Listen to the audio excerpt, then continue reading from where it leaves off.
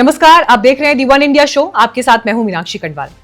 पहलगाम हमले के बाद लगभग अब एक हफ्ते का समय बीतने को है, लेकिन देश ने इस हमले के बाद जिस तरह से रिएक्ट किया है, उसने आतंकवादियों और आतंकवादियों के रहनुमाओं को यह बता दिया है कि हिंदुस्तान की आत्मा जख्मी हो सकती है, लेकिन वो झुक नहीं सकती, वो टूट नहीं सकती और वो मिट नहीं सकती। देश का कोई राज्य हो, किसी भी राज्य का कोई मोहल्ला हो, कोई क्षेत्र हो, किसी इलाके का कोई घर हो, लोग घरों से बाहर निकले हैं, शांति के साथ प्रोटेस्ट कर रहे हैं, क्योंकि वो आतंकवाद के खिलाफ इस लड़ाई में अपनी मौजूदगी दर्ज कराना चाहते हैं इतिहास में। कश्मीर से लेकर देश के बाकी हिस्सों तक आम लोगों का इस तरह से सड़क पर उतरना यह मामूली बात नहीं है, और ना ही यह सवाल मामूली है कि आगे होना क्या है। क्या हम युद्ध के कगार पर खड़े हैं?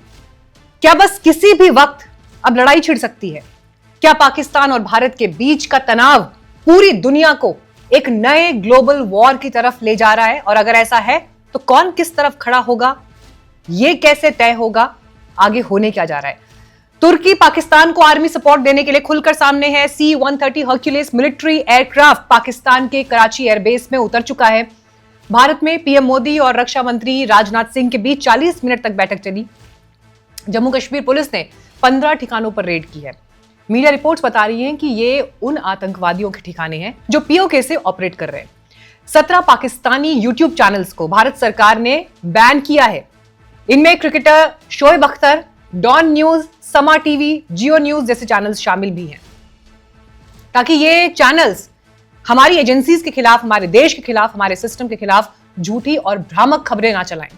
बीबीसी तक को चेतावनी दी गई है। उधर दूसरी तरफ अरब सागर में नौसेना ने एंटी शिप मिसाइल का परीक्षण किया है। तो ये सारे अपडेट्स हैं और ये इसलिए भी इंपॉर्टेंट हो जाते हैं क्योंकि ये घटनाक्रम क्या एक के बाद एक आगे की तस्वीर के लिए तैयारी कर रहे हैं, आगे के हालातों के लिए तैयारी कर रहे हैं। जम्मू कश्मीर विधानसभा में आज मुख्यमंत्री उमर अब्दुल्ला ने बेहतरीन भाषण दिया और इस दौरान विधानसभा से आतंकवादी हमले के खिलाफ निंदा प्रस्ताव भी पास किया गया। उमर अब्दुल्ला ने आज जो भाषण दिया है उसमें उन्होंने कहा कि किस मुंह से आज मैं उन परिवारों का सामना करूं जो यहां पर छुट्टी मनाने के लिए आए थे, लेकिन हम उन्हें सकुशल भेज नहीं सके। हम इस मौके का इस्तेमाल स्टेटहुड की मांग के लिए नहीं कर रहे, लेकिन एट द सेम टाइम हम पूरे देश को बताना चाहते हैं कि कश्मीर भी आतंकवाद के खिलाफ इस लड़ाई में उसी मजबूती के साथ खड़ा है जैसे बाकी देश में इस वक्त आवाज सुनाई दे रही है। उनके भाषण का एक छोटा सा हिस्सा मैं आपको सुनाना चाहती हूं, उसके बाद रुक करेंगे हमारे साथ जो गेस्ट आज इस चर्चा में जुड़ रहे हैं। जम्मू कश्मीर की सिक्योरिटी, जम्मू कश्मीर की सुरक्षा, जम्मू कश्मीर के लोगों की चुनी हुई हुकूमत की जिम्मेदारी नहीं है, लेकिन तब भी यहां के वजीर आला की हैसियत से, यहां की टूरिज्म के मिनिस्टर की हैसियत से मैंने इन लोगों को दावत दी थी यहां आने की। मेजबान होते हुए मेरी जिम्मेदारी थी कि सही सलामत मैं इन्हें यहां से वापस भेजूं।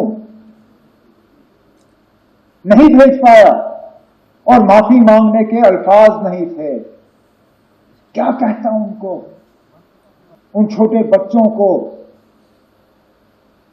जिन्होंने अपने वालिद को खून में लपेटा हुआ देखा, उस नेवी अफसर की विधवा को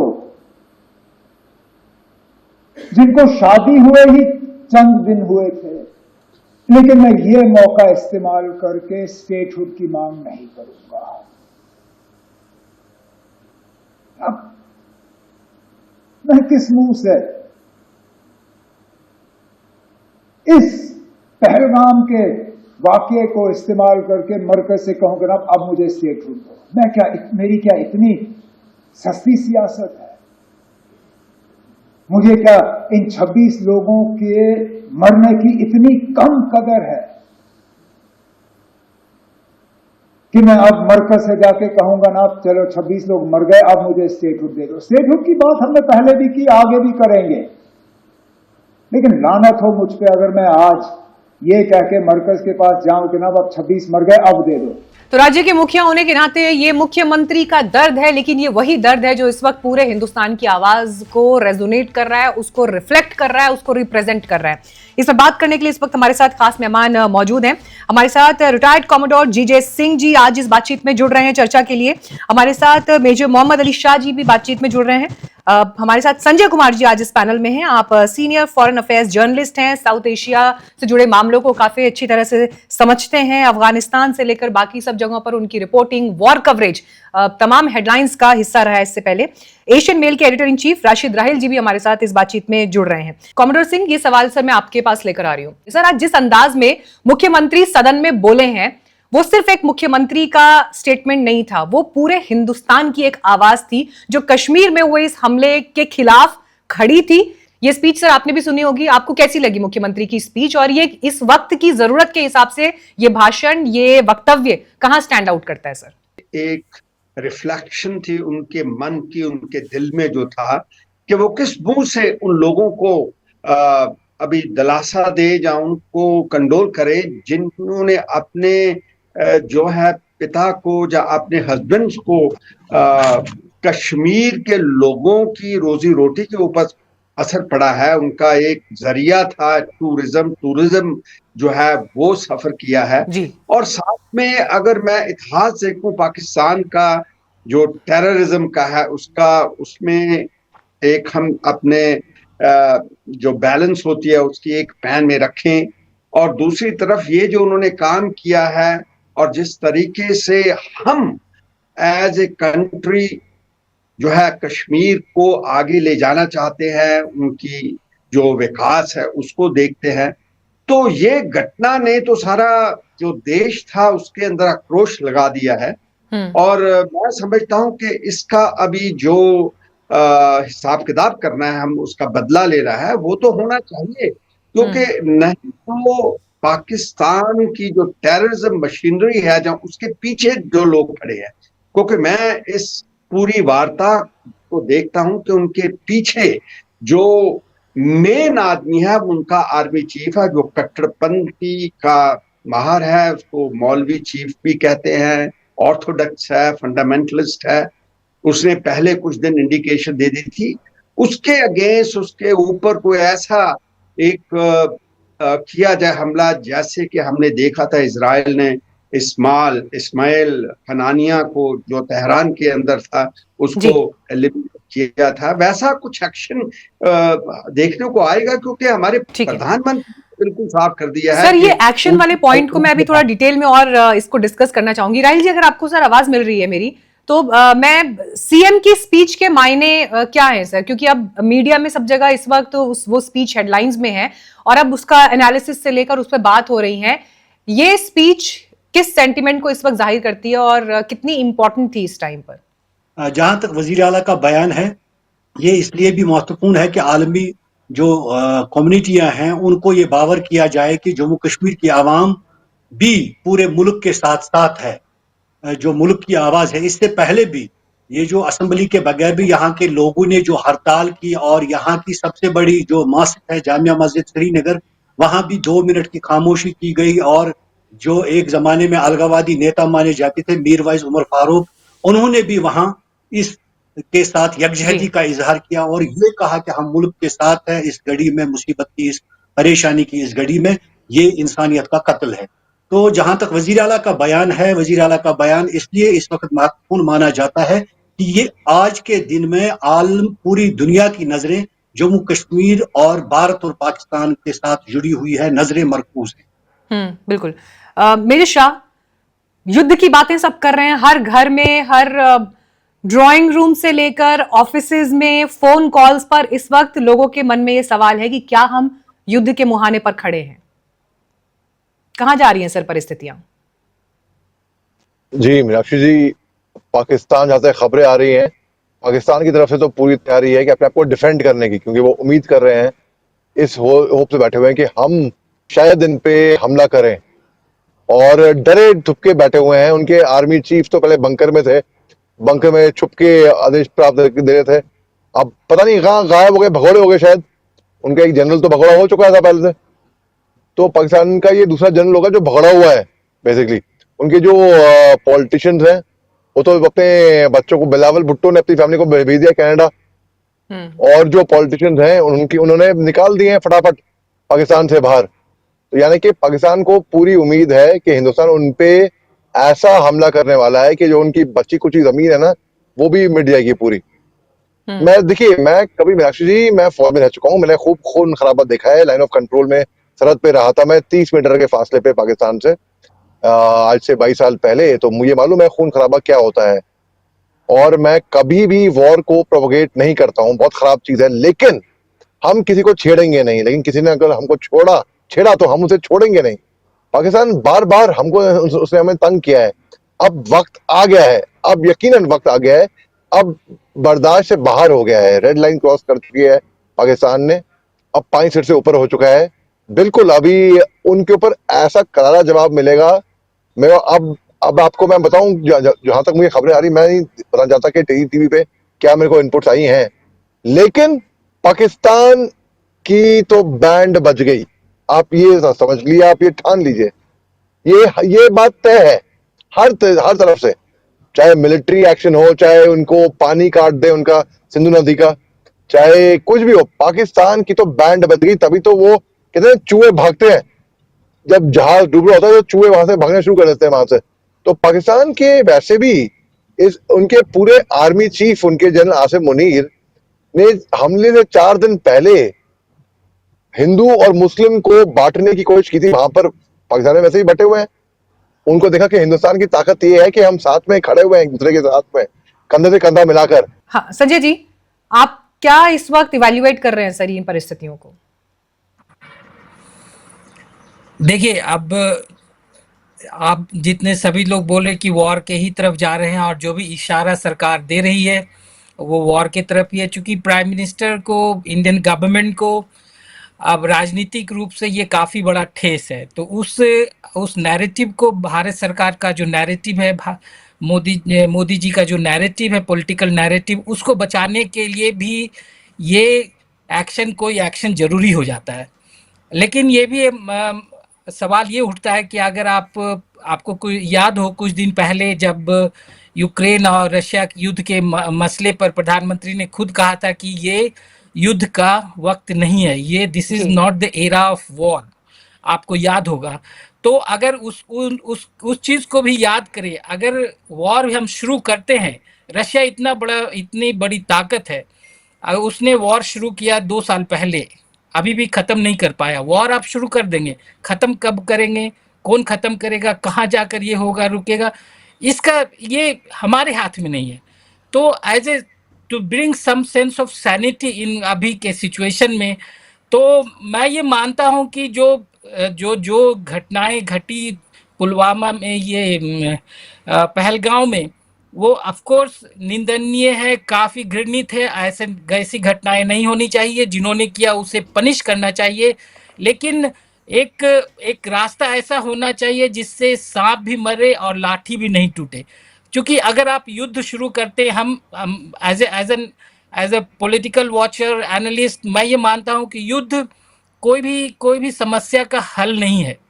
हमें एक ऐसा रास्ता निकालना है जिसमें जो कल्प्रिट्स हैं उनको पनिश भी हो, पाकिस्तान से लोग थे तो उनको भी पनिश किया जाए, पाकिस्तान भी पनिश हो। जी लेकिन संजय जी, जैसे हमने देखा कि इससे पहले जब आतंकवादी हमले हुए, चाहे उरी हुआ, पठानकोट का हमला हुआ, तो भारत ने एयर स्ट्राइक्स किए, सर्जिकल स्ट्राइक किए।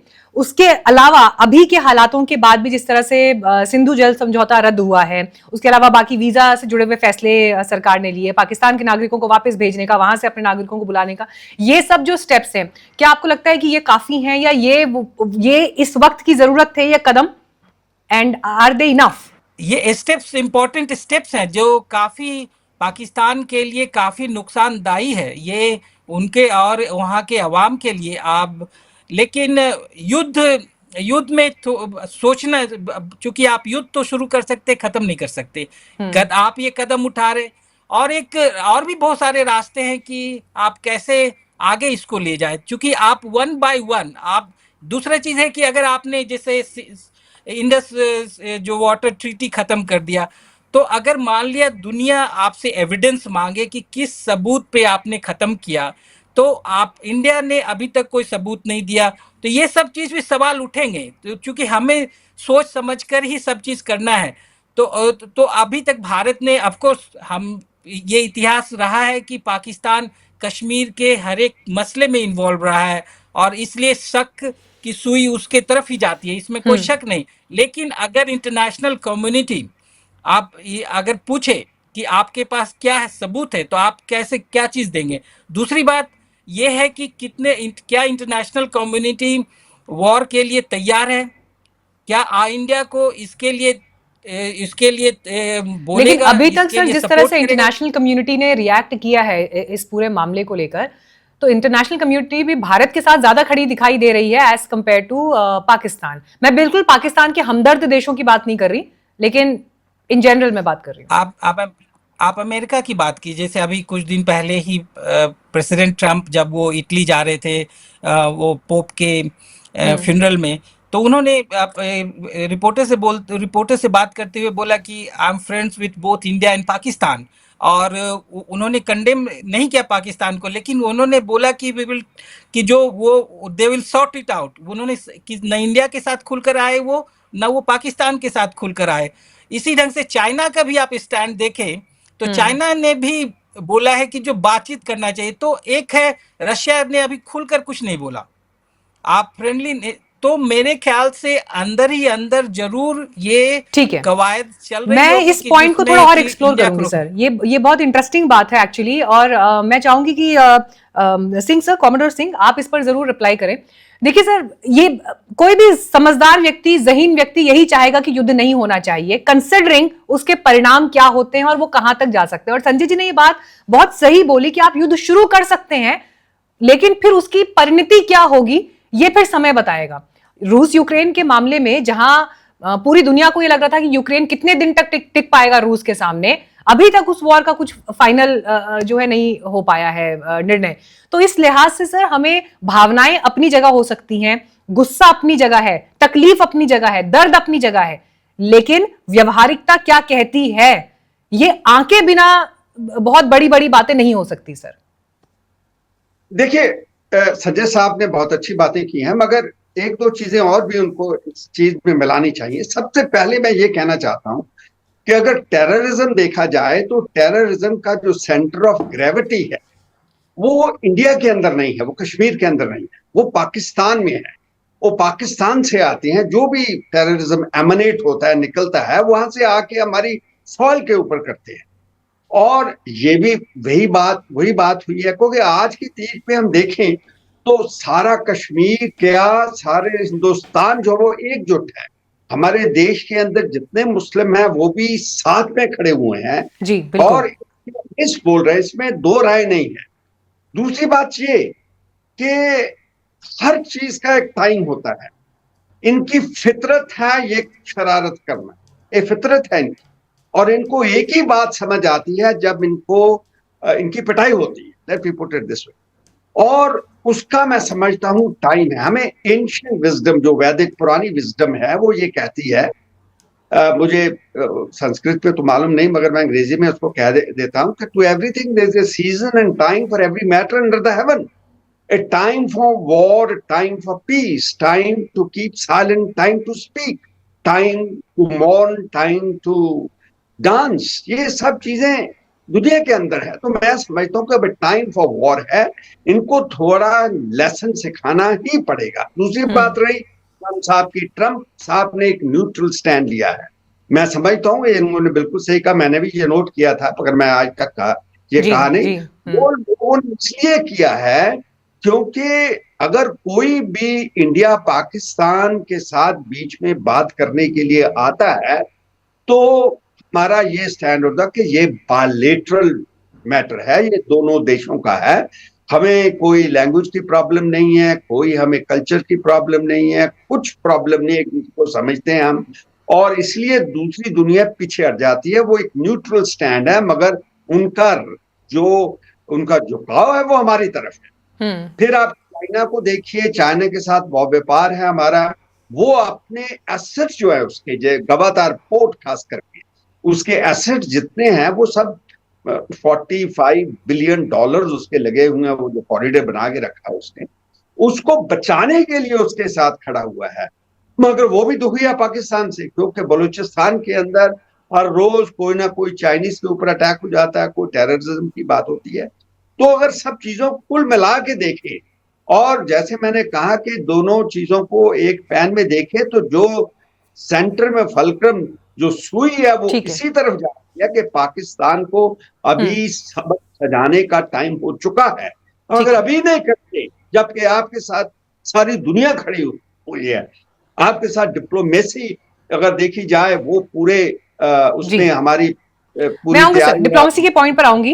मेजर शाह, मैं आपका रिएक्शन चाहती हूँ सर इस पर। देखिए, अक्सर हम ये कहावत भी है, हम कहते हैं भी कि absence of war is not peace always, और इस लिहाज से पाकिस्तान के साथ तो भारत 1947 के बाद से लगभग इसी स्थिति में ही खड़ा है। प्रॉक्सी वॉर हो, डायरेक्ट वॉर हो, हालात तो वही हैं सर। तो इसलिए क्या हम आंखें मूंद लेते हैं कई बार कि नहीं हमारे रिलेशन बेहतर हो रहे हैं, कला, आर्ट, सिनेमा, क्रिकेट, इन सब के आधार पर, कूटनीति के लिहाज पर सब बेहतर हो रहा है? क्या ये सिर्फ एक भ्रम है, कल्पना है? पाकिस्तान के साथ क्या हमारे संबंध सुधर ही नहीं सकते, संभव ही नहीं है? क्या ये एक्सेप्ट करने का ये वक्त है? जी, आपका बड़ा अच्छा सवाल है मीनाक्षी जी। देखिए, ये भ्रम है, मैं आपको बता रहा हूं, क्योंकि मैं एक आशावादी हूं और मैं चाहा है दिल से कि काश हमारी दोस्ती हो पाती, लेकिन ना, माफ कीजिएगा, मैं इस कंक्लूजन पे आया हूं कि नहीं हो पाएगी। जो लोग सोचते हैं कि अमन की आशा, ये वो, मैं भी आशावादी था, मैं भी सोचा था ऐसे, मगर नहीं। देखिए, हमारे देश के जाबाज फौजी अपनी जान की परवाह करे बगैर, अपनी जान की बाजी लगाकर, अपनी जान जोखिम में डालकर सरहदों पे, दूर दराज इलाकों पे, बर्फी चट्टानों पे, अपने परिवार से दूर, खाने को टाइम पे शायद मिलता भी नहीं होगा, वहां पर एक्सचेंज प्रोग्राम्स के तौर पर, क्रिकेट मैच के तौर पर कोई शांति आई क्या? फौजी वहां पे बहेंगे बर्फी चट्टानों पे और मैच चल रहा हो, कल क्या क्या सोचेंगे? उनके दिन में क्या गुजरी होगी? क्या हम बेवकूफ हैं? हम सरहद पे बैठे हुए हैं मरने के लिए, वहां पर हमारी इंटेलिजेंसिया वहां पर खेल रही है, वहां पे हमारे इंटेलेक्चुअल्स कवाली गा रहे हैं इनके साथ। तो हमको एम्पैथाइज करना चाहिए, नेशन की सेंटिमेंट्स, जो सिपाही फौजी की सेंटिमेंट्स है, वो भी समझना चाहिए। तो मेरे ख्याल से सरकार ने जो निर्णय लिया है बिल्कुल सटीक, बिल्कुल सही निर्णय लिया है जी। राहिल जी, आप तो खुद कश्मीरी हैं और कश्मीर का ये जो बीता पूरा वक्त रहा है, आपने आतंकवाद वाला समय भी देखा और उसके बाद के भी हालात जैसे जैसे बदले, वो पूरा दौर देखा है। सर, इस पूरे इंसिडेंट का मुझे पता है अभी इस वक्त देश में जो गुस्सा है उसमें द मोमेंट यू से कि क्या हम मानव अधिकारों पे थोड़ी बात कर लें, मानवीय संवेदनाओं पे बात कर लें, तो लोग नाराज हो जाते हैं कि तुम अभी शांति की बात रखो साइड में, अभी इस वक्त देखो किन लोगों का खून बहा है और कितनी बेदर्दी से उनको मारा गया है। लेकिन सर, मैं उसके बावजूद भी इस पॉइंट पर बात करना चाहती हूँ। ये भी कहावत है, लोग कहते हैं इस चीज को भी कि लम्हों ने गुनाह किया और सदियों ने सजा चुकाई उसे। अब सवाल यह है, सरकार को फैसला लेना पड़ा कि वीजा रद्द करना है, पाकिस्तानी अपने देश वापस लौट के जाएं, हिंदुस्तानी वहां से आ रहे हैं, लेकिन जहां शादियां हो रखी हैं सर, जहां परिवार हैं, निशिकांत दुबे कह रहे हैं कि 5 लाख लड़कियां पाकिस्तानी हिंदुस्तान में रह रही हैं, नागरिकता उनके पास नहीं। मेरे ख्याल से ये उन्होंने स्टेटमेंट दिया था, हम अपने दर्शकों को सुना भी देते हैं। जो सबसे बड़ा सवाल अभी उभर कर आया है जब वीजा कैंसिल हुआ, उसमें 2 तरह के वीजा हैं जो कि अलार्मिंग है और उनकी एक गहन जांच की आवश्यकता है कि पाकिस्तान की लड़कियां यहां ब्याही गई हैं और वो भारत की नागरिक बन नहीं सकती, बनी नहीं है, वर्षों से यहां रह रहे हैं, और पाकिस्तान के लड़के भी यहां ब्याहे हैं।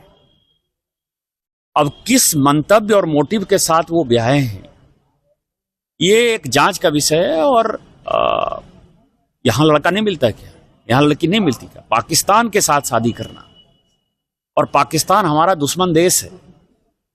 जो यहां से आजादी के बाद पाकिस्तान चले गए, उनकी संपत्ति भारत सरकार की संपत्ति हो गई, वो एनिमी प्रॉपर्टी एक्ट के दायरे में आता है, सुप्रीम कोर्ट का भी फैसला है। तो क्या नहीं लगता कि वो जो है देश के अंदर बैठे हुए दुश्मन है? जानबूझकर जो है उनके लड़कों ने और जानबूझकर वहां की लड़कियों ने जो है यहाँ शादी की है। तो ये वो उन्होंने स्टेटमेंट दिया सर। अब सवाल ये है कि इनकी क्या गलती है सर इन लोगों की, और क्या देश और समाज इस वक्त इनके बारे में सोचने के लिए किसी लेवल पर कंसिडर भी करेगा या तैयार भी है, या सिर्फ आपको एक सिंपथाइजर मान लिया जाएगा the moment you will talk about them? देखिए, जहां तक जंग का सवाल है, इससे पहले ये देखना है कि नुकसान होता है। पाकिस्तान क्या है कि उसको नुकसान, वो ऑलरेडी है, इकोनॉमी खत्म हो चुकी है, उनका पॉलिटिकल सिस्टम खत्म हुआ है। समझता हूँ जंग से हमारा ज्यादा नुकसान हो जाएगा, क्योंकि हमारा देश जो है वो दिन ब दिन आगे बढ़ता जा रहा है, हमारी इकोनॉमी कमजोर पड़ सकती है। लेकिन जंग के बहुत सारे तरीके हैं। जंग अक्ल से लड़ी जाती है, जंग हथियार से नहीं लड़ी जाती है। सॉरी टू से, जो मेरे फौजी भाई वहां सामने कुछ बात कर रहे थे, मैं समझता हूं कि जो गवर्नमेंट ने स्टेप लिए, अगर मजीद कुछ ऐसे स्टेप्स उठाए जाए, नेचुरली वो मजबूर हो जाएगा। आलमी सतह पे हमें डिप्लोमेटिक तरीके से पाकिस्तान को सबक सिखाना होगा और उन्हें इसके लिए तैयार करना होगा कि वो अपनी सरजमीन पे आतंकवाद बंद करें। इसके लिए अगर आप अमेरिका, बरतानिया, यूरोपियन कंट्रीज या जो पाकिस्तान के हित में कभी कभार बात करते हैं, उन लोगों को भी अपने इस में फंसा सकते हैं, उनको तैयार कर सकते हैं और डिप्लोमेटिक तरीके से उनको इकोनॉमिकली, पॉलिटिकली, सोशली कमजोर बना सकते हैं। इसमें समय लगेगा, लेकिन हमारा ज्यादा नुकसान नहीं हो जाएगा, उनका नुकसान ज्यादा हो जाएगा। मुझे लगता है इस वॉर से बेहतर वो वॉर, उस पे काम करने की जरूरत। ये काफी इंपॉर्टेंट पॉइंट है। कॉमोडोर जीजे सिंह, मैं आपका इस पर रिप्लाई चाहती हूँ सर। अब देखिए, ये बात तो सही है ना, पाकिस्तान तो फेल्ड स्टेट है, इससे किसको इनकार है, लेकिन सर ग्रोथ पर इंपैक्ट हमारा आएगा, इससे हम भी कंप्लीटली डिनाई नहीं कर सकते हैं। खैर, हम यहाँ इस डिस्कशन में बैठकर कुछ तय नहीं कर सकते। तय नीति निर्माता, पॉलिसी मेकर्स और जो उस पोजीशन पर है, फैसले वो लेंगे, और इसके लिए देश ने उनको चुना भी है। बट सर, जो अभी पोजीशनिंग लेकिन हम देख रहे हैं, जैसे टर्की ने एयरक्राफ्ट वहां पर उतार दिए हैं अपने, ये पोजीशनिंग कितनी मायने रखती है, इसका क्या इंपैक्ट हो सकता है सर? क्या वक्त आ गया है कि इंटरनेशनली भी कौन किसके साथ खड़ा है, आने वाले दिनों में ये पिक्चर क्लियर होगी, या न्यूट्रल स्टैंड ही हमको दिखाई देंगे? नहीं, ये तो बिल्कुल साफ हो गया कि कुछ देश पाकिस्तान के साथ भी खड़े हुए हैं, इसमें दो राय नहीं है। मगर मैं जो कहना चाहता हूं कि हमें ऐसा कोई प्रोजेक्शन दुनिया के अंदर नहीं देना चाहिए कि हम कमजोर हैं, वी हैव चिकन आउट। मैं वो मैसेज नहीं जाना चाहिए अगर हम वॉर पे नहीं जाते। अगर वॉर पे नहीं जाते तो मैं पहले उसका सोल्यूशन, सबसे पहले जब मैं शुरुआत में कहा कि कोई सिंबॉलिक, हमें जैसे बालाकोट ऑपरेशन था, बालाकोट ऑपरेशन सिंबॉलिक था, उनको बताया गया, एक मैसेज दिया गया कि आगे से आप समझ के कोई भी काम करना तो ये ख्याल रखना, हम आपको रिस्पॉन्ड करेंगे, हम बिल्कुल टॉलरेंट लोग नहीं है। क्योंकि हमारे जो देश का बाहर की दुनिया के अंदर, स्पेशली मैं समझता हूं कि जो हिंदुइज्म का हम लोग सब जो हैं, वो ऐसा है कि हम टॉलरेंट बहुत हैं, हम पीसफुल हैं, हम मार खा लेते हैं मगर कुछ कहते नहीं है। तो ये जो इंप्रेशन है, इसको भी हमने थोड़ा ठीक करना है, जैसे कि पहले बालाकोट ऑपरेशन स्ट्राइक में किया। तो उसको ध्यान में रखते हुए मैं 2-3 दिन से काफी सोच विचार अपने मन में कर रहा हूं, तो इसका सोल्यूशन क्या है। तो मुझे ऐसे लगा कि ऑल आउट वॉर, जैसे पोस्टरिंग तो चल रही है, हमारी नेवी तैयार बर तैयार, वो ऐसे जैसे आपने बता रहे थे कि हमने मल्टीपल ब्रह्मोस फायरिंग की है, उनके नेवल एसेट को तहस नहस कर सके किसी भी टाइम। हमारी आर्मी तैयार है, एयरफोर्स रेडी है, पूरे जिसे कहते हैं कॉम्बैट रेडी, बिल्कुल तैयार बर तैयार है, सब कुछ चीजें अपनी अपनी जगह पे लगा दी हैं, हो गई हैं। मगर ऐसा सोल्यूशन भी हो सकता है कि जैसे मैंने कहा कि कोई ऐसी सर्जिकल स्ट्राइक, मिसाइल अटैक किया जाए उनके GHQ के ऊपर, जहां से ये सब प्लानिंग होती है, इंजीनियरिंग होती है। ऑल आउट वॉर नहीं तो कुछ तो करना पड़ेगा हमें ना, कोई मैसेज तो देना पड़ेगा। अगर हम चिकन आउट हो जाते हैं तो फिर उनको कोई मैसेज देना पड़ेगा। ये मैसेज मुझे लगता है सर क्लियर है। और ग्राउंड से एक रिपोर्ट हमारे सहयोगी ने हमें भेजी है, जिन जंगलों का इस्तेमाल आतंकवादियों ने ऑपरेशन को अंजाम देने के लिए दिया, हमले को अंजाम देने के लिए दिया, जहां पर छिपे, ये ग्राउंड रिपोर्ट दर्शकों के लिए। बिल्कुल, वन इंडिया की टीम जो है इस वक्त मौजूद है पहलगाम के उन्हीं जंगलात में जहां पे इस वक्त सर्च ऑपरेशन चलाया जा रहा है और इस पूरे एरिया को सैनिटाइज करने की कोशिश जारी है। हालांकि ये केस पहले ही एनआईए ने अपने हाथ में ले लिया है, लेकिन सिक्योरिटी फोर्सेस इस पूरे इलाके को देख रही है। पूरे इलाके की बिल्कुल बारीक बीनी से छानबीन की जा रही है, पूरे इलाके को सैनिटाइज करने की कोशिश की जा रही है। मैं आपको दिखा दूं, ये पेड़ जो है इसने अब ऐसी शक्ल इख्तियार की है, एक गुफा की शक्ल इख्तियार की है और यहाँ पे जो है कोई भी आराम से छुप सकता है। बिल्कुल आप देख सकते हैं कि ये जो एरिया है इसका है, ये बिल्कुल एक गुफा जैसी बनी हुई है। यहाँ पे कोई भी आराम से छुप सकता है, क्योंकि जिस तरीके का ऑपरेशन इस एरिया में चलाया जा रहा है, हालांकि चॉपर्स की खिदमत ली जा रही है, वही जो है ड्रोन इस पूरे इलाके की निगरानी के लिए भी रखे गए हैं। लेकिन अगर आतंकवादी ऐसी गुफाओं का इस्तेमाल करते हैं तो ड्रोन की नजर में नहीं आ सकता है, क्योंकि वो इस गुफा के अंदर छुपे होते हैं। लेकिन सिक्योरिटी फोर्सेस की दाद देनी पड़ेगी। सिक्योरिटी फोर्सेस ने इस पूरे इलाके को मुहासरे में ले रखा है और इस पूरे इलाके को सैनिटाइज करने की कोशिश की जा रही है। संजय जी, मेरा सवाल सर आपसे है, अब मैसेज देना जरूरी है ये जो हमारे साथ आर्मी से जुड़े ऑफिसर्स जिन्होंने सर्व किया है, और कलेक्टिवली मैं आज सिर्फ जो हमारे साथ दो पैनलिस्ट हैं मैं उनकी बात नहीं कर रही है, मैं पिछले एक हफ्ते से हमने लगभग जितने डिस्कशंस होस्ट किए हैं, और ये ऐसा नहीं है कि वॉर को इंस्टिगेट किया जा रहा है, लेकिन मैसेजिंग जरूरी है। इस बात को हर कोई हाईलाइट जरूर कर रहा है। मैं आपसे सर ये समझना चाहती हूँ कि ये जो अटैक हुआ है, इस अटैक से दुनिया में सर क्या बदलने वाला है? बात सिर्फ हिंदुस्तान भर की भी नहीं है। देखिए, पुलवामा जब हुआ तो वो भी काफी one of the first incidents of this nature, suicide bombing का पहली घटना थी इंडिया में, और इतने सोल्जर्स मारे गए, वो भी अपने आप में कश्मीर में ये पहली दफा था। और जो घटना है पहलगाम में हुई, ये भी अपने आप में टूरिस्ट इतनी संख्या में हताहत हुए, ये भी अपने आप में पहली घटना थी। तो हमने वो ये जरूरी है। देखिए, मैसेजिंग जिसको देना है, जिस पे अटैक करना है, वो तो सही है, लेकिन एट द सेम टाइम जो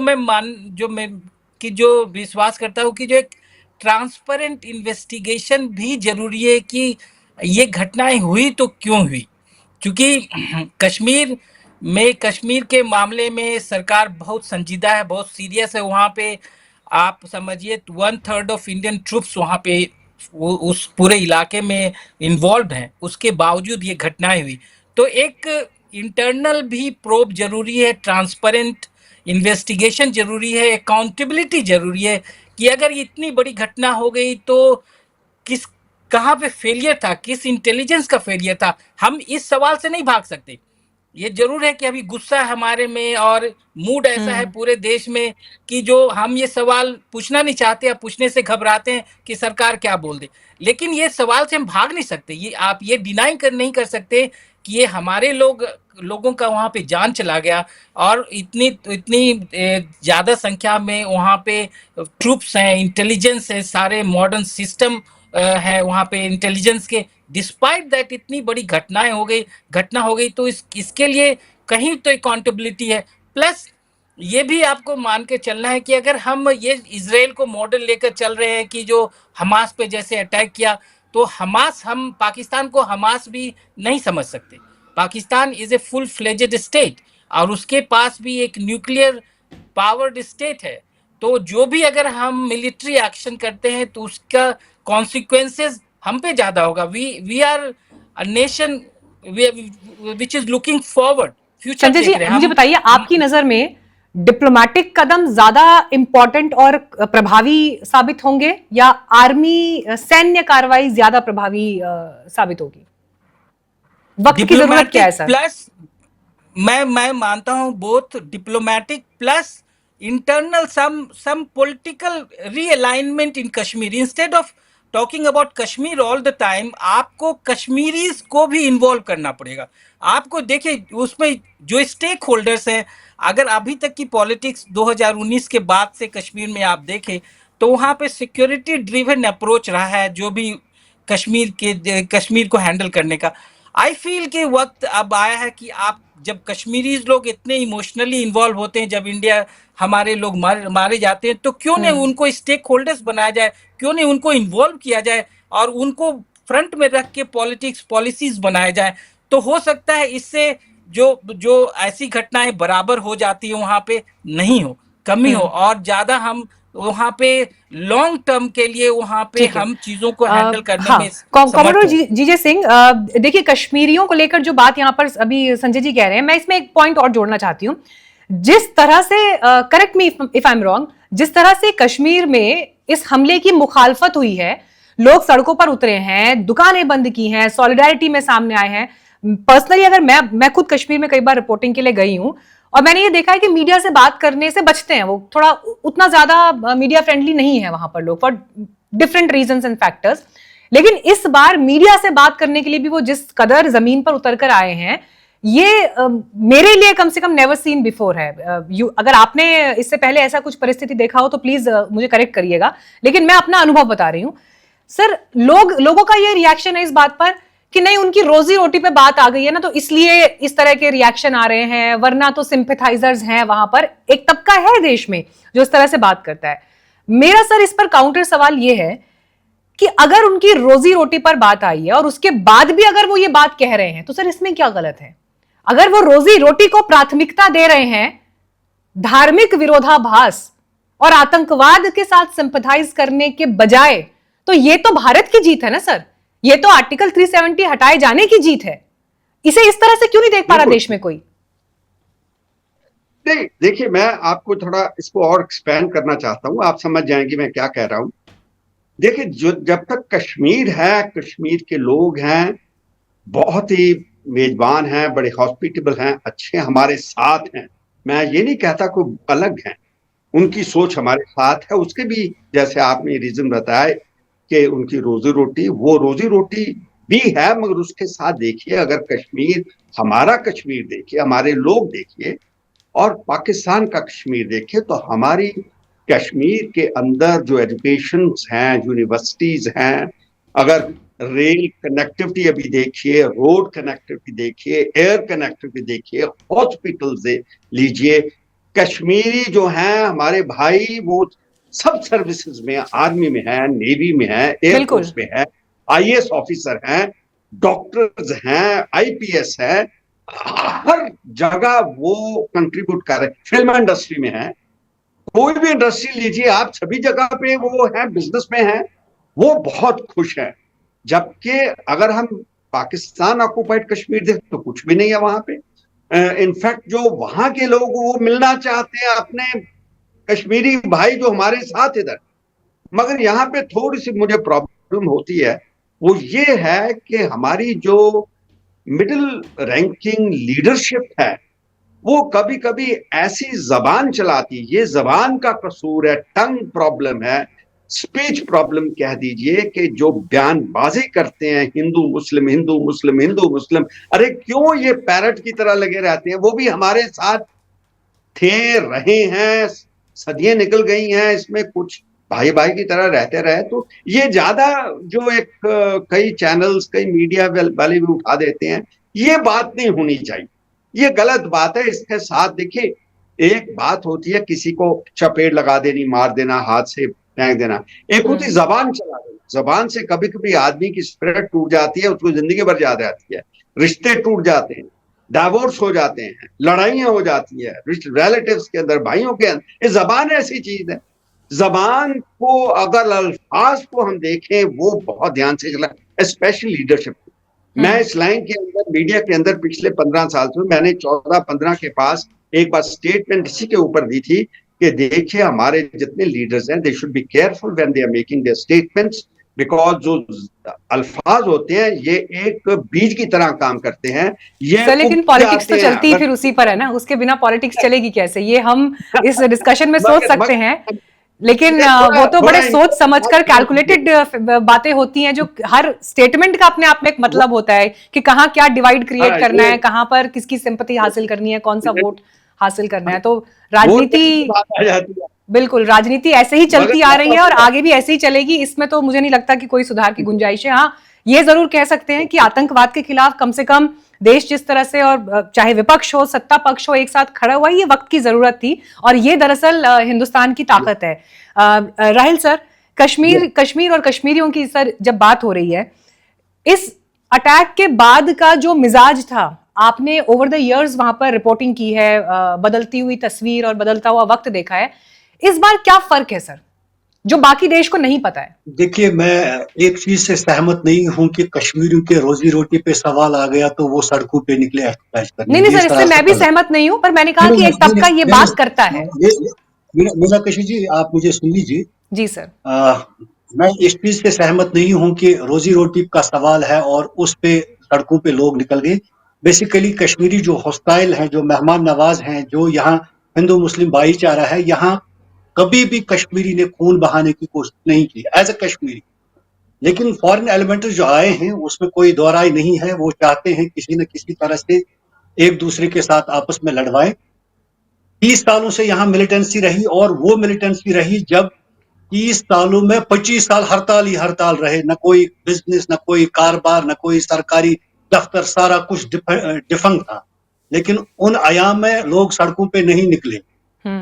असल में जो पॉलिसी है वो ये है कि कश्मीरी अवाम को पाकिस्तान के बारे में पता चला है कि पाकिस्तान उनके साथ क्या खेल खेल रहा है, इसलिए वो 2019 के बाद जो सूरत हाल तब्दील हुई, उस तब्दीली को मद्देनजर रखते हुए अब कश्मीरियों ने ये तय किया है कि हम अपने सरजमीन पे किसी भी सूरत में खून खराबा होने नहीं देंगे।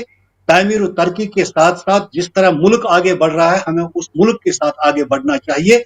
जैसे हमारे मित्र ने बताया कि एयरफोर्स में है, फौज में है, बाकी IPS IAS ऑफिसर्स अब कश्मीरी बन रहे हैं, वो चाहते हैं कि आगे चले।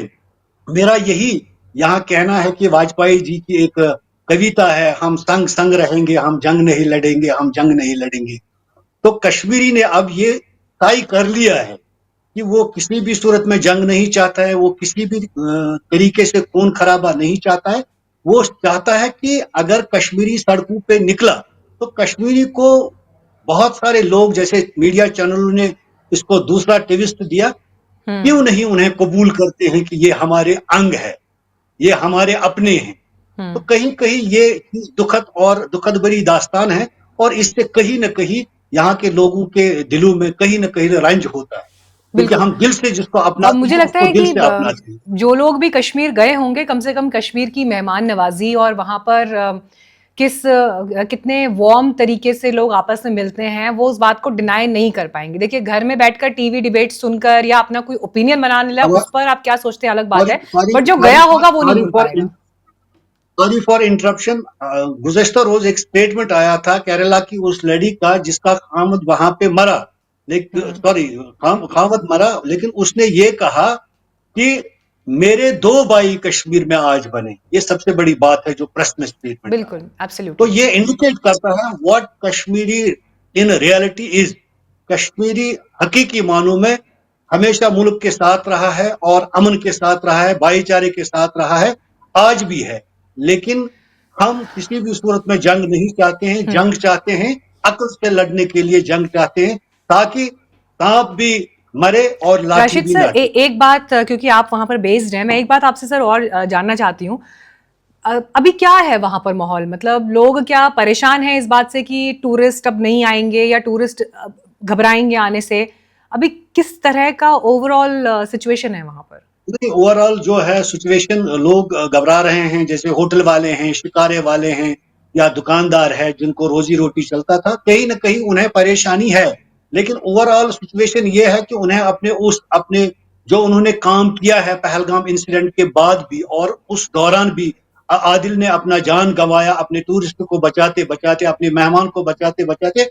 उन्हें ये आशंका है कि पूरा हिंदुस्तान, क्या अब अगर 1 करोड़ आया था, अब 2 करोड़ यहाँ टूरिस्ट आएंगे, उन्हें ये चिंता नहीं है। कुछ दिनों के बाद हालात बिल्कुल सामान्य होंगे और आज भी जो यहाँ टूरिस्ट है उन्हें कोई खौफ और डर नहीं है। जी संजय जी, देखिए, आप तो पॉलिटिकल सिनेरियोज को और इस तरह से कॉन्फ्लिक्ट जोन्स को ज्यादा बेहतर तरीके से समझते हैं सर। कश्मीर समस्या का हल निकालने के लिए अलग अलग दौर में अलग अलग लीडरशिप एक्टिव रही हैं भारत में भी और इंटरनेशनली भी मैं बोलूं, और प्रयास कई हुए हैं। मोदी गवर्नमेंट में कश्मीर मैटर को जिस तरह से अब तक डील किया गया और आज के जो हालात हैं, क्या ये कहना ठीक होगा या गलत होगा, आप इस पर टिप्पणी करें कि जो एक माइलेज शायद मिला था 370 के बाद, क्योंकि 370 बीजेपी के लिए उनकी आइडियोलॉजी से जुड़ा एक कोर इशू था और सबसे बड़े फैसलों में से सरकार का वो एक रहा है, जो माइलेज मिला था कहीं क्या वो खो गया है समवेयर या प्रभावित हुआ है उसका असर?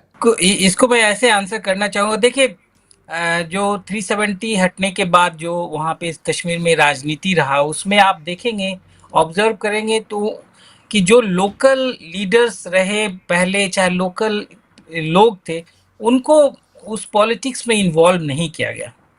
और इस वजह से एक जो sense of alienation I feel, जो मैं भी काफ़ी वहाँ पे गया 2019 के बाद भी, 5 अगस्त 2019 के बाद भी 3-4 साल में लगातार जाते रहा।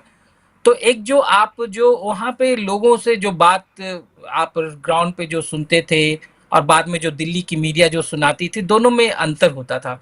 तो उनको एक एहसास था कि जो सरकार इतनी बड़ी बड़ी डिसीजंस हमारे बिहाफ पे ले रही है, लेकिन हमें इन्वॉल्व नहीं कर रही है। आप डेवलपमेंट, कश्मीर के डेवलपमेंट की बात कर रहे हैं, कश्मीर में बदलाव की बात कर रहे हैं, लेकिन उस बदलाव में जिसके लिए बदलाव चाहिए, जिसके लिए डेवलपमेंट चाहिए, उनको आप स्टेक होल्डर्स नहीं बना रहे थे।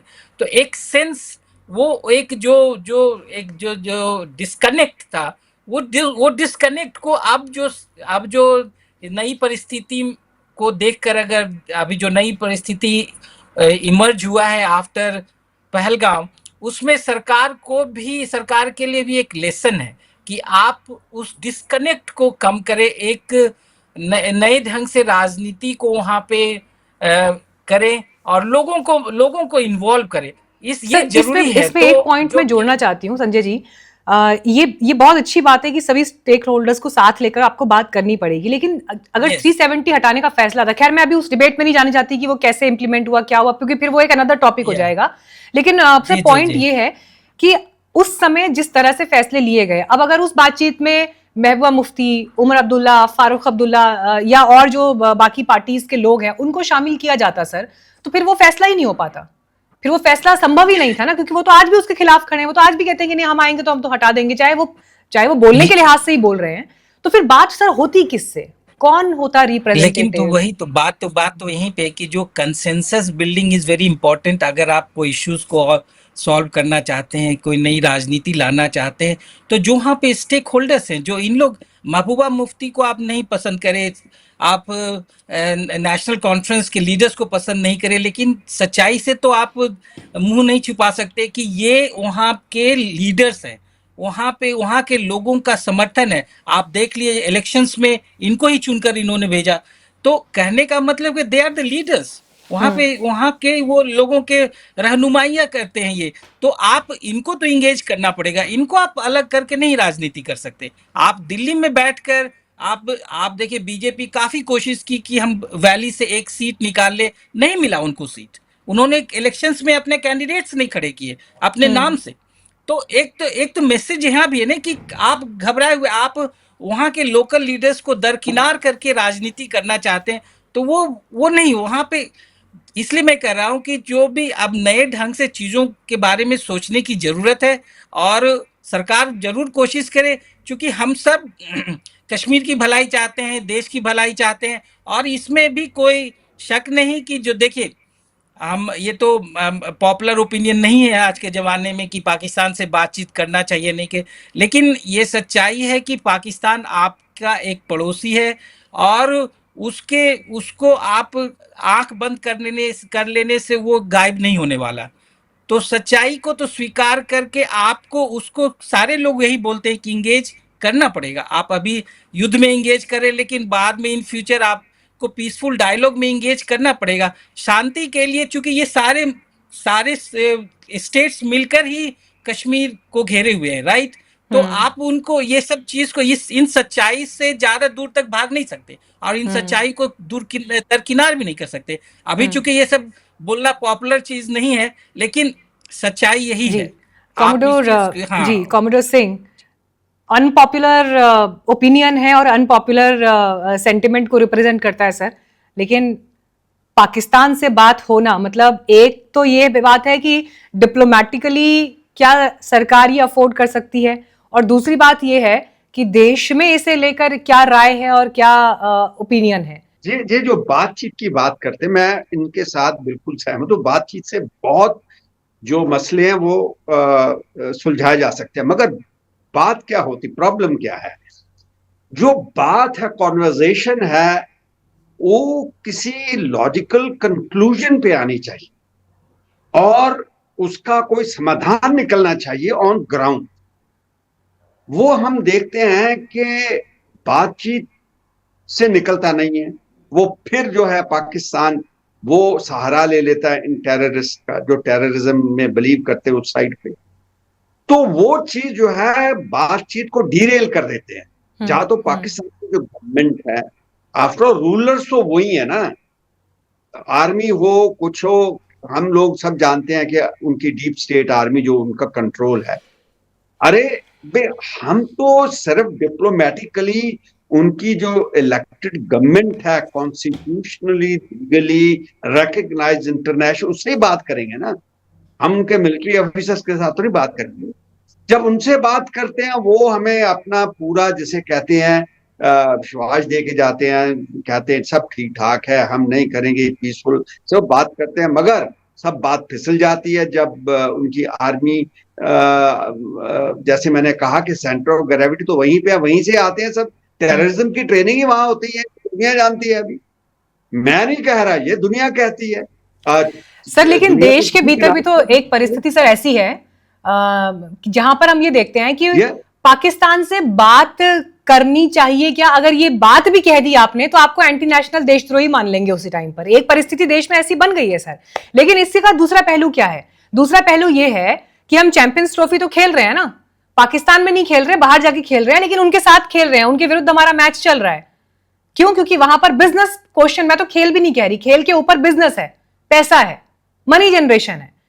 Why can't we afford not to play matches with Pakistan? लेकिन ये हो रहा है सर, सिनेमा बन रहा है सर, गीत संगीत में सब जुगलबंदियां वो सब हो रही हैं सर। यहां नहीं होगी तो बाहर शूटिंग हो जाएगी, लेकिन वो सब हो रही है। तो क्या सर ये डबल स्टैंडर्ड नहीं है फिर कि पाकिस्तान से आप बात करिए, अगर एज ए जर्नलिस्ट या मानिए चलिए आप पैनलिस्ट यहाँ पर बैठे हैं, आप और मैं अगर ये सवाल जवाब भी कर दें तो अभी थोड़ी देर में अभी देखिएगा कमेंट्स में 50 कमेंट आएंगे कि ये एंटी नेशनल है, ये हैं, ये वो हैं, देशद्रोही, तुम लोग पाकिस्तान प्रेमी हो, ये इस तरह की बातें देश में चलने लगेंगी। लेकिन सवाल ये है कि क्या हम दोहरा चरित्र, दोहरा रवैया नहीं अपना रहे? या तो बंद करना है तो सब बंद करो ना, फिर पैसे के आगे क्यों झुक जाते हैं फिर लोग? ये तो आप बिल्कुल, मैं आपकी बात से 100% हूं। मैंने कई बार कई चैनल्स पे ये बड़ी जबरदस्त, बड़ी जोरदार शब्दों में कहा है कि ये जो आप मोमबत्ती ब्रिगेड लेके चले जाते हैं और ये जो बुला लेते हैं, वहां से आर्टिस्ट आ जाते हैं, प्लेयर आ जाते हैं, इधर वो किताबों की इनॉग्रेशन क्या वो जो करने के लिए आ जाते हैं, ये होना चाहिए। There should be a clear message. Why gray areas are being kept? Why are you interacting with them when it comes to playing cricket and जो भी आप जैसे कहा जुगलबंदी वाली बातें करते हैं, हाथ में लाते हैं, उनके एक्टर यहाँ आते हैं, हमारे उधर जा, ये तो बंद होना चाहिए, इसमें कोई दो राय नहीं है। मैं आपके साथ हूँ, बिल्कुल आप कह रही हैं। मैंने चैनल पे बोला, इंग्लिश चैनल्स पे बोला है, सब मैं कह राइल सर, ये क्यों ना फिर ये डबल स्टैंडर्ड माना जाए सर? मतलब अभी थोड़ी देर पहले जब मैं कुछ फैमिलीज की बात कर रही थी कि जिनकी आपस में शादियां हुई हैं, जो यहाँ वहां रहते हैं, आज आप उन पर तमाम तरह के सवाल खड़े करें। मैं कह रही हूँ चलिए जांच का विषय है, इन्वेस्टिगेट करिए, उनके कोई संपर्क कहीं से गलत पाए जाते हैं तो उन पर डेफिनेटली एक्शन होना चाहिए। देश की सुरक्षा से तो कहीं कोई समझौता नहीं होना चाहिए। लेकिन इंडियन क्रिकेट टीम दूसरे देश में जाके पाकिस्तान के साथ मैच खेलेगी, ये चलेगा, लेकिन यहां पर जो पाकिस्तानी लड़की शादी होकर आई है, अब आज वो अपने देश वापस जाए, ये नहीं चलेगा। देखिए, आपकी बात में से सहमत हूं। दुरंगी छोड़ यखरंग बन, या पत्थर बन या मोम बन। आपको या पत्थर बनना है या मोम बनना है, लेकिन दुरंगी छोड़नी है, यखरंग बनना है, एक बनना है, एक कदम पे रहना है, एक सोच पे रहना है। अगर पाकिस्तान के साथ डिप्लोमेटिक ताल्लुकात खत्म करने हैं तो एक साथ करने हैं। इसमें क्या है कि खेल कूद आप करते हैं, कल्चर आप चलाते हैं, फिल्मी शूटिंग करते हैं। अगर उसको आपको प्रेशराइज करना है आलमी सतह पे भी, अंदरूनी सतह पे भी, बैरूनी सतह पे भी, तो आपको पूरी तरह से उनके साथ रास्ता मुनक़ता करना चाहिए, ताकि उसको पता लगे कि हमारा हमसाया जो है वो आगे बढ़ रहा है और हम पीछे जा रहे हैं। लेकिन ये जो बदकिस्मती सियासत का खेल खेला जा रहा है और 70 सालों से यही खेल चलता आया है, और इस खेल की वजह से आम जो लोग हैं वो मुतासिर हो रहे हैं। ये बदकिस्मती। देखिए, इतना कॉम्प्लेक्स इशू है, कश्मीर से जुड़ता हुआ मामला, और बीते कई सालों की जो राजनीति रही है, जो परिस्थितियां रही हैं, इसलिए मैं फिर ये बात बोलूंगी कि सिर्फ हम ये सोचें कि एक डिस्कशन में हम कोई हल या कोई राय उस पर दे पाएंगे, शायद ये एक्सपेक्टेशन सही नहीं है। But at the same time ये डिस्कशंस होते हैं जहां पर आम लोगों से लेकर खास लोगों तक के बीच जो बातें हो रही हैं उनको एक मंच देने की, ताकि देश इस वक्त क्या सोच रहा है, क्या महसूस कर रहा है, उस पर एक संवाद हो। तो उसी संवाद का प्रयास हम भी कर रहे थे। बाकी देश की सरकार, सेना कैपेबल इनफ है फैसला लेने के लिए, पॉलिसी बनाने के लिए, एक्शन लेने के लिए, और देश उनके साथ खड़ा है, इसमें कहीं किसी को कोई डाउट आज की तारीख में नहीं होना चाहिए। आपका बहुत धन्यवाद आज इस बातचीत में, चर्चा में जुड़ने के लिए और अपने ओपिनियंस हमारे साथ शेयर करने के लिए। Thank you very much.